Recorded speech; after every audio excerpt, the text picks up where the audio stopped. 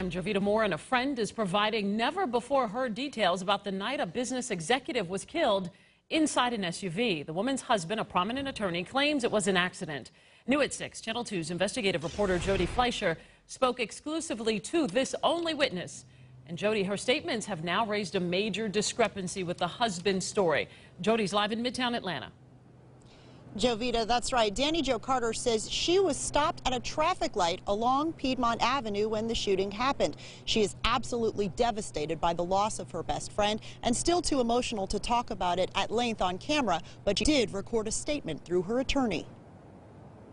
I gave a very extensive, detailed report that was videoed and audioed downtown. I was down there for about 4 hours. Danny Jo Carter says she told Atlanta police everything she can remember about the night her best friend, Diane McIver, died. I'm cooperating with them, doing what they asked me to do, and I'm just not really comfortable talking about any more of that. But she did talk to me by phone about that emotional night. She's having a really tough time. I mean, this was her best friend of 40 years. Her attorney confirms most of what Tex McIver says happened. He was asleep when they hit traffic on the connector and awoke to find they'd exited the highway downtown.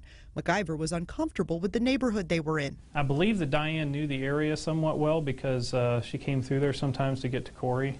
So I don't think Danny Jo was all that concerned about it. But Tex asked for his gun from the center console. Diane handed it to him inside a plastic grocery bag, and they continued north on Piedmont Avenue. In an interview with a polygraph expert, Tex McIver said, quote, the vehicle hit a bump and the gun unexpectedly discharged. That's where Danny Jo's story differs. It was at a stoplight.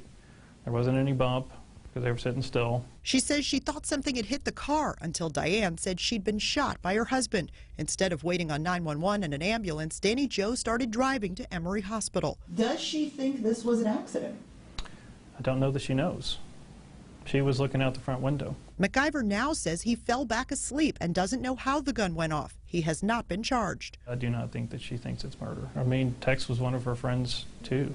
I think it would be very hard for her to accept the idea that it was anything other than an accident.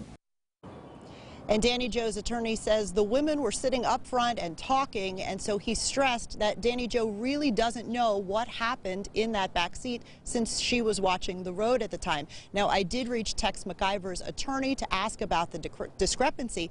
He says it's irrelevant and that the only thing that matters is that Tex McIver says that his wife's death was a tragic accident. Reporting live in Midtown Atlanta, Jody Fleischer, Channel 2 Action News.